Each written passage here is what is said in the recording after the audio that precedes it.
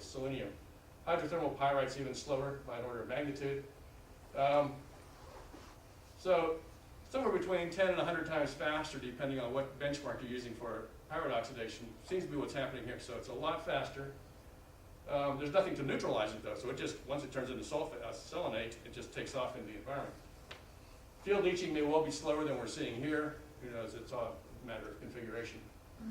So, and there also isn't that much selenium to start with. So typical pyrite sulfur concentration might be 5%, and here we're looking at 0.0005%, or 5 micrograms per, milligrams per kilogram. So it's a lot less, 10 by factor of almost 10 to the 4th power, less selenium in the, even the enriched material than there is in typical AMD kind of rock. This is why selenite has a lower atomic molecular radius as a consequence, or ionic radius, so it tends to stick to ferrohydrite, whereas selenate is more hydrated, weaker bond between nucleus and surface. And so what do you do with it? So now we can isolate it. We found that 95% or more of the selenium occurs within a foot or so of the coal. So that can actually be mined separately, isolated. Well, so what? So how do you take that and make something safe out of it? You can put a plastic cap over it, which is extraordinarily expensive, and plastic caps have their shortcomings. The coal industry is accustomed to putting stuff in cells and segregating it, like this black shell. This is an AMD control cell. They're putting lime in it right now. But once you've got that idea, maybe you can put ferrohydrite as a bottom layer on a pile of coal, put pit cleanings on top of that, and put soil or spoil over that to some depth. Well, does that make sense or not? So we're taking our next step out of the laboratory and into the field. These are some plots that are under construction right now at Hobet 21. This is a view of 30 cells that we have down here under construction. These are 16 by 24 foot boxes, 4 foot deep maximum. So here's one of the cells under construction where we've put a layer of ferrohydrite in, and then we're next piling pit cleanings on top of that. These pit cleanings have about 5 milligrams per kilogram of selenium in them. And then we'll collect all the leachate from all 30 of those tanks, cells, into these tanks here. So we'll be able to measure flow, concentration, loading over a period of time and see if it matches up to what we're seeing in the laboratory. Thank you. Any questions? You can unmute your phones now.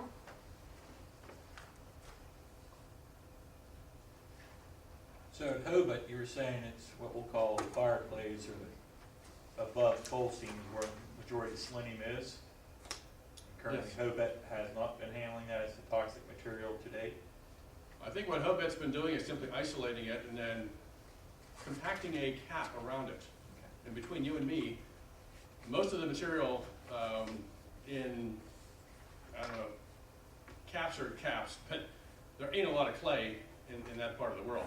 So the capping material, I'm sure it's a learning curve, has to be improved or you move to another technology, one or the other, but I'm not convinced that caps really are that effective.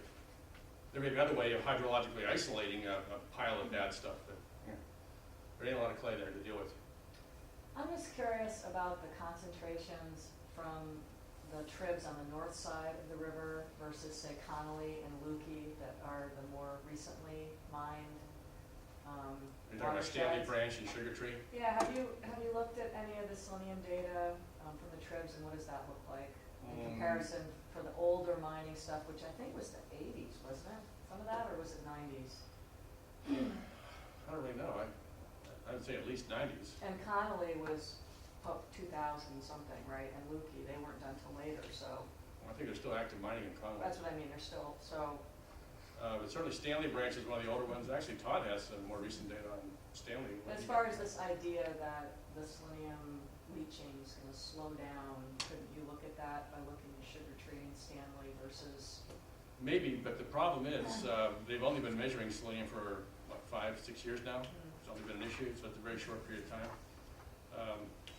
But it's a good point. But I mean, If we they're have the same data, concentrations, and one of them was mined 10 or 15 years earlier. yeah, Yeah. that's a good point. We could probably get that data.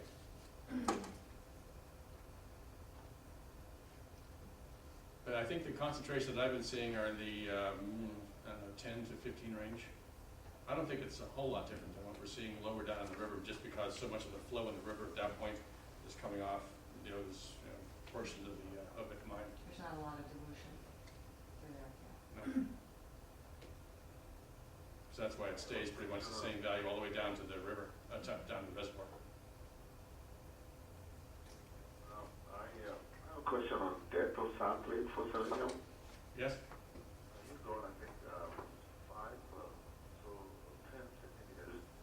Do you have any plans to go further down? Because I'd be interested to find out the extent of selenium occurrence in there. Well, we went down to a total depth of 20 centimeters. Okay.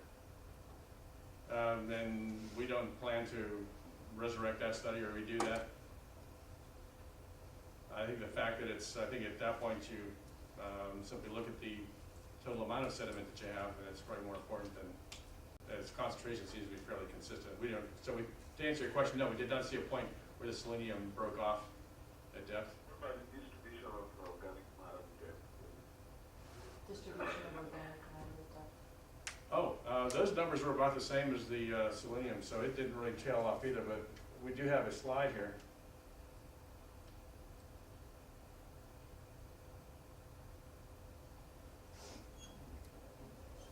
Remember, when you ask questions, to say who you are and where you're from. Thank you. Yeah, mine is both from region. Dave Cardwell, Region 3. Oh, hello, David. Oh, is that all? Yes, Okay, I thought it was one of the topics. I haven't seen you for a while. Pretty good study. Thank you. Well, if you look at slide 18, you'll see the total organic carbon really doesn't change very much as you go down through at least the first 20 centimeters. Oh, yeah, okay. This is Maggie from EPA Region 3 Wheeling. What about manganese? Did you look at manganese in the sediment at all? I'm wondering. No, we did not. Now, once you get into the sediment geochemically, there are a number of things that can happen. One, you can start reducing selenium down to either organics, which may or may not be volatile. They may be biologically active, and so you might be losing some out through the water column. You might get into the biologically active portion, methanose, cellulose, cysteine, and some of the other compounds are more or less biologically active, so they could then get into the food chain. Or you might reduce it all the way to either a selenide, precipitating out with a metal like manganese or iron, or you might be generating elemental selenium. And certainly the reduction is probably strong enough there to get all the way down to elemental selenium. I mean, it's probably a dumb question, but just as black as it is, I wonder how much of that might be due to manganese rather than organic matter. You think that's all organic? I mean, the black The itself. color itself, yeah. I know from my soils work out west, I was always astonished how little organic